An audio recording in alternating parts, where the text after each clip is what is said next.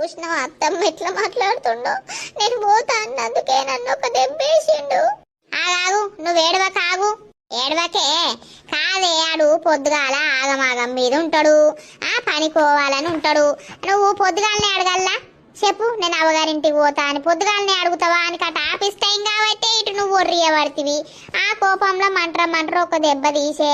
ఆ దెబ్బ వడుడు ఎందుకు? మోగోని చేతు బండ తీరుంటది, ఆ దెబ్బలు పడద్దు, తర్వాత దెబ్బలు ఎత్తాయి. రాత్రి వచ్చినాక మెల్లగా బుదరకిచ్చి అడగవా? అడుగుతున్నా అత్తమ్మ, మొన్నటి నుండి అడుగుతున్నా.